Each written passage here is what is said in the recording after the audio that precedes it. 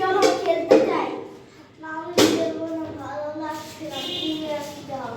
চলো না যাই। না আমি যাবো না, তুমি যাও একা। থাক, তোমার যাওয়া লাগবে না, আমি তোমার সাথে আর কখনো খেলতে আসবো না।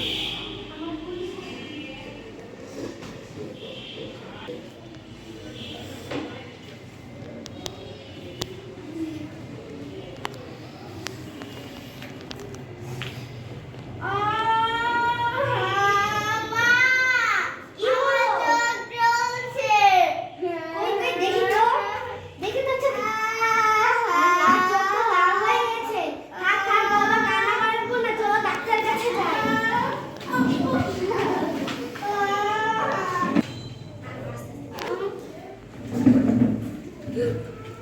ডাক্তার সাহেব দেখুন তোর চোখে কি হয়েছে?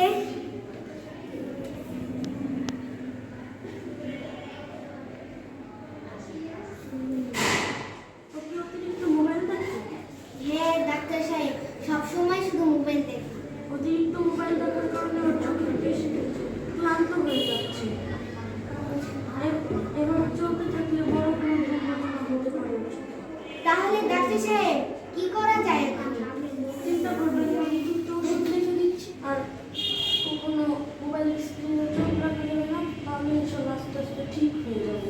আর কি বলো, তুমি কি আর কখনো মোবাইল দেখবে?